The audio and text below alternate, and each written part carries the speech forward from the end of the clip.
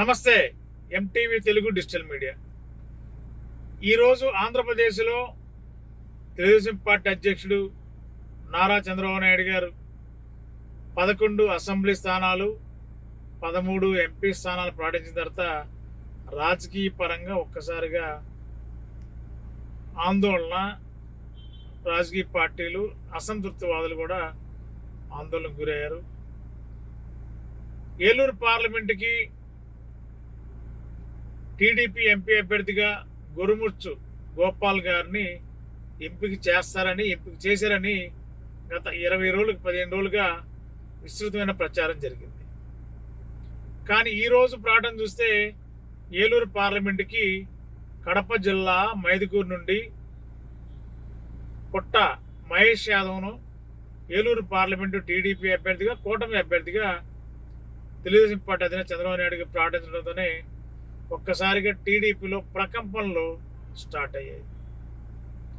మరి నిన్న మొన్నటిదాకా తెలుగుదేశం పార్టీ జెండాలు, తెలుగుదేశం పార్టీ కండువాలు, తెలుగుదేశం పార్టీ చైతన్య రథాన్ని సిద్ధం చేసుకున్న గుర్రుముచ్చు గోపాల్ యాదవ్ గారు యూటర్న్ తీసుకునే అవకాశం కనిపిస్తుంది. ఈరోజు ఇప్పుడు సోషల్ మీడియా అంతా కూడా ట్రోల్ అవుతుంది. వైఎస్ జగన్మోహన్ రెడ్డి గారు తిరుపతి నుండి శ్రీకాకుళం జిల్లా వరకు 11 మందికి బీసీలకు టికెట్లు ఇచ్చారు. Hats off YS Jaganmohan Reddy గారు, అభినందిస్తున్నారని చెప్పి నిన్నటిదాకా టీడీపీ నాయకుడిగా ఉన్న ఎంపీ అభ్యర్థి రేసులో ఉన్న గురుముచ్చు గోపాల్ గారు ఇందాక కొంతసేపటి క్రితమే ఒక వీడియో ట్రోల్ చేశారు సోషల్ మీడియాలో.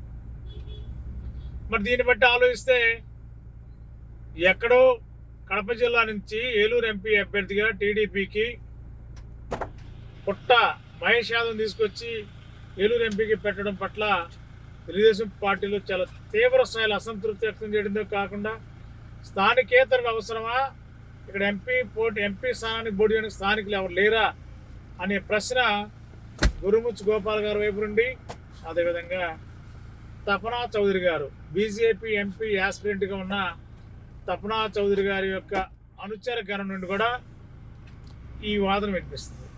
ఈ నేపథ్యంలో రేపో మాపో టీడీపీ ఎంపీ అభ్యర్థి రేసులో ఉండి టికెట్ కోల్పోయిన గురుముచ్చు గోపాల్ యాదవ్ గారు రేపో మాపో వైఎస్ఆర్సీపీ తీర్థం పుచ్చుకోవడం ఖాయం, వైసీపీలో జాయిన్ అవ్వడం ఖాయం. బీసీలకు అత్యధిక ప్రాధాన్యత ఇచ్చి వైఎస్ జగన్మోహన్ రెడ్డి గారు 11 మంది ఎంపీ అభ్యర్థులు ఇచ్చారు. అదేవిధంగా దాదాపుగా అసెంబ్లీ స్థానాల్లో అయితే అన్ని జిల్లాల్లో పెద్ద సంఖ్యలో బీసీలకి అవకాశం కల్పించారు జగన్మోహన్ రెడ్డి గారు, వైఎస్ఆర్సీపీ.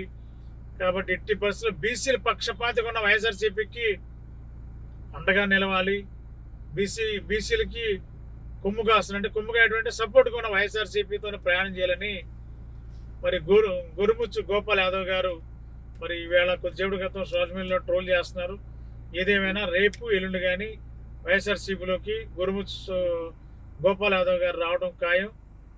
బీసీల పక్షాన ఉన్న వైఎస్ఆర్సీపీకి అండగా నిలబడి 7 నియోజకవర్గాల్లో ఏలూరు పార్లమెంట్లో వైఎస్ఆర్సీపీ అభ్యర్థుల విజయానికి గురుముచ్చు గోపాల్ యాదవ్ గారు ప్రచారం చేసి గెలిపించడానికి ప్రయత్నం చేస్తారని చెప్పి మనకున్న సమాచారం.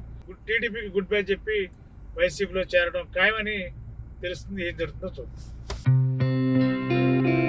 గత 20 సంవత్సరాలుగా దంత సమస్యలతో పాటు దవడ మరియు ముఖ సంబంధ సమస్యలకు చక్కని చికిత్సలు అందిస్తున్న శ్రీ రామకృష్ణ దంత వైద్యశాల, నరసింహారావుపేట, ఏలూరు.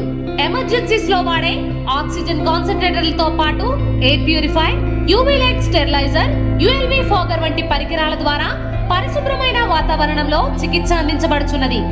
ఆర్వీజీ ద్వారా అతి తక్కువ రేడియేషన్ ఉపయోగించి దంత వ్యాధి నిర్ధారణ మరియు రూట్ కెనాల్ వైద్యం చేయబడుచున్నది. డెంటల్ లేజర్ ద్వారా కుట్లు లేకుండా సర్జరీలు, ఇంప్లాంట్స్ కిట్స్ ద్వారా పళ్ళు లేని వారికి ఫిక్స్డ్ దంతాలు, రూట్ కెనాల్ చికిత్సలకు ఎండో మోటార్ వంటి ఆధునిక పరికరాలు కలిగిన నమ్మకమైన డెంటల్ క్లినిక్.